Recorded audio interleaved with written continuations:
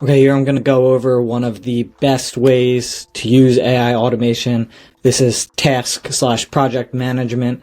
It'll go through the whole sequence from you adding a client to your database with a project date to everything in between, sending updates to the client, to yourself, to your team, and updating all of your databases so that you have it in one place. I'm going to show you how it does that. And at the end of the video, I'll also have something where I'm showing you how to use a AI agent with this. So that'll be natural language prompts in Slack or in the agent platform in Gumloop that you can get information from the databases or run workflows. So this will be all of that. This is kind of the flow. This is where we're getting from before and then to, and we're going to try to do this, go through all of this as quickly as possible. So here are our databases. We have our clients database, our projects database, crew, and then the email templates. So the projects database is the main database. The client database is going to be first. You get a client, you add them in here, and then once you create a project for the client, then you can see here, you can add the projects here. It's a two-way relation, so when you add the client in here, a project will go in here, vice versa. You can type the project number and the client will go in for the project.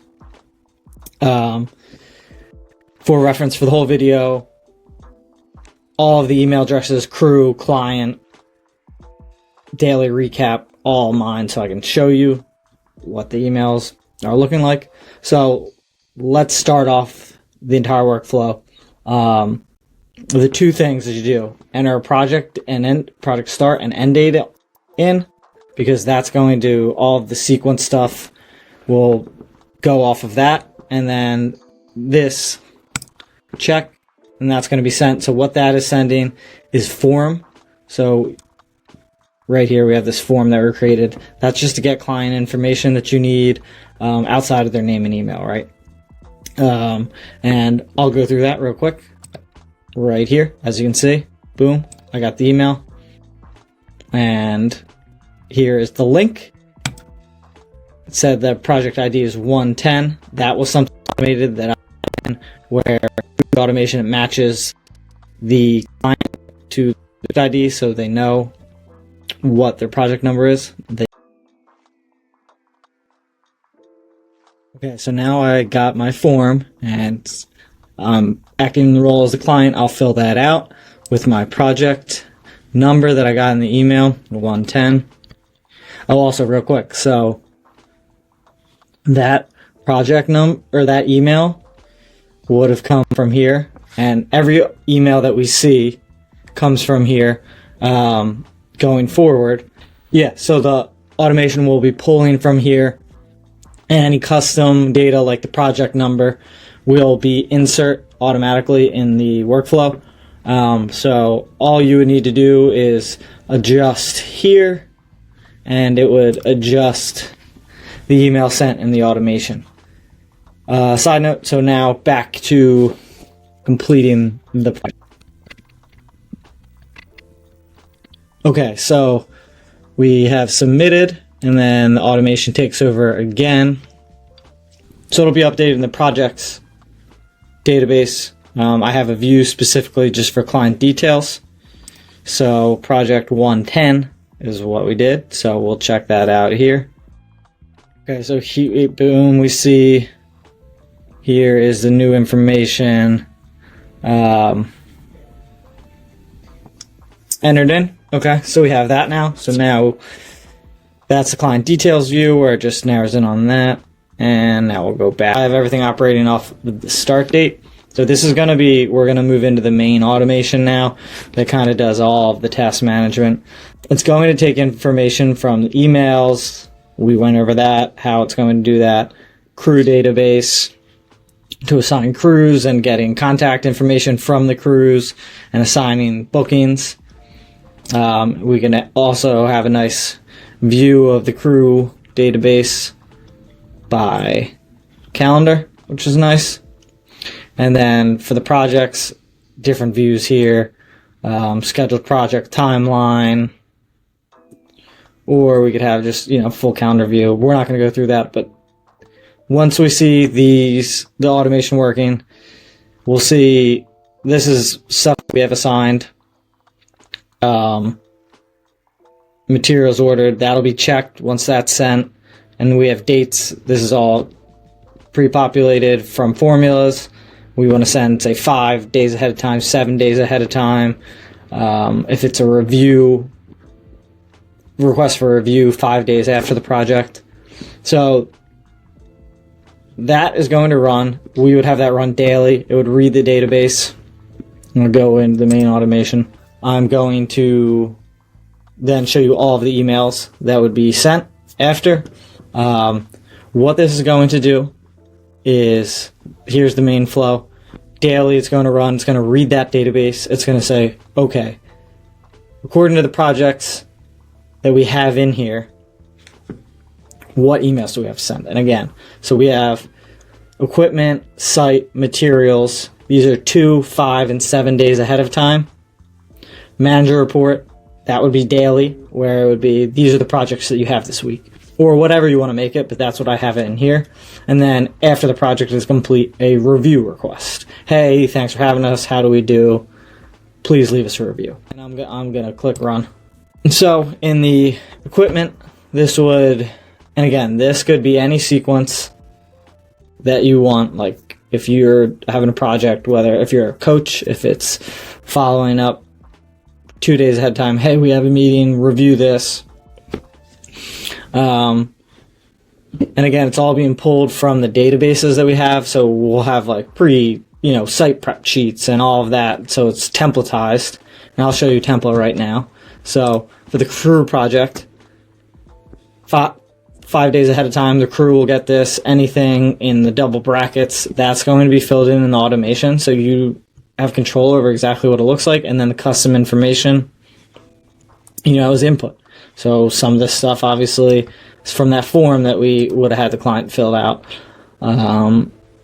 Project, job details, just standard stuff, but every single time and sending it to every single client. It's done every day when this runs and it says, okay, this client has a project coming in 5 days. We need to notify the crew who we assigned within that database. Again, the database is the brain within that database.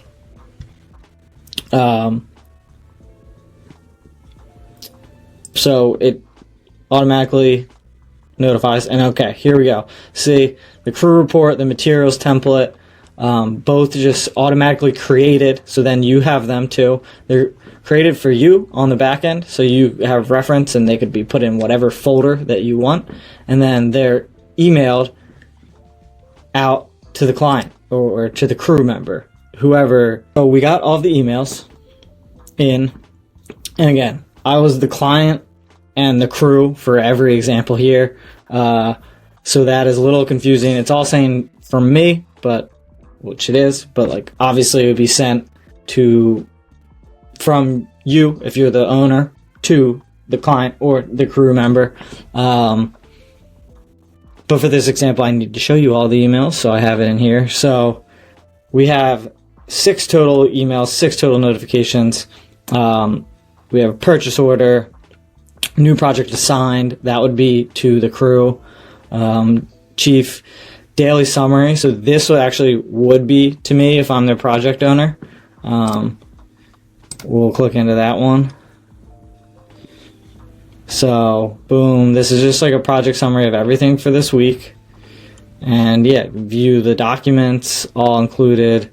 That could be made however you want it to look. Project that's done a while ago, I didn't include, but this would be where you put your review link. So if a project was done a week ago, you would get this email. Prepare for paving. So here you go. 2 days before, we want to notify the client how to prepare. I'm not going to click into all of these links, but I'll show you the first one. So there's just, you have a template for site prep. Boom. You just give that to the client. That's just in that email within the database, so it pulls correctly. Project assigned, so this would be to a crew. Crew report, so you can see it down here. This is the one that we went through earlier. I'm not going to go through it again, but would have the link for the crew member. Purchase order, again, the other one that we went through. And then you would have these saved in the Google Drive on your end. So here, and again, we're putting in the custom project number that it's for. As you can see, 114, 111, different project numbers because they're in different stages.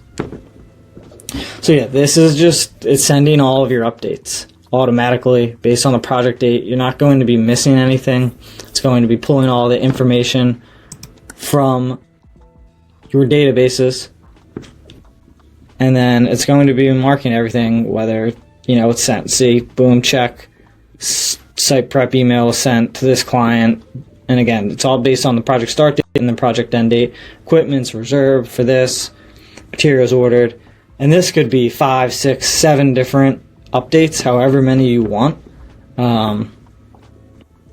that you decide what you want sent, how you want it sent. I feel like I'm rambling a bit. So that's in one. This is like the best way to do project management.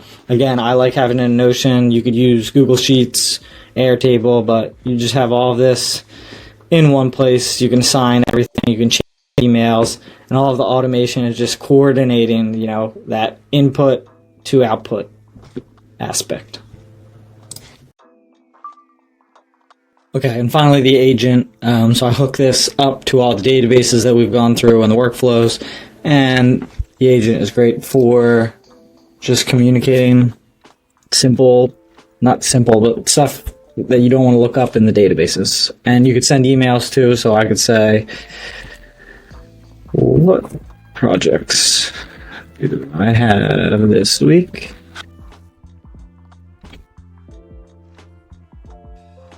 And boom, here are the projects.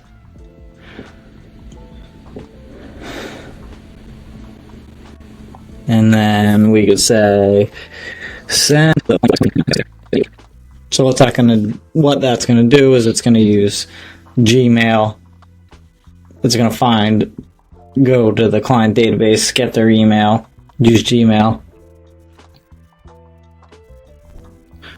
And there it is. So there it is. We can see, send all that just as it said, and all I had to do was communicate in the chat. So obviously a million use cases for agents in there. Yeah, it's a good summary.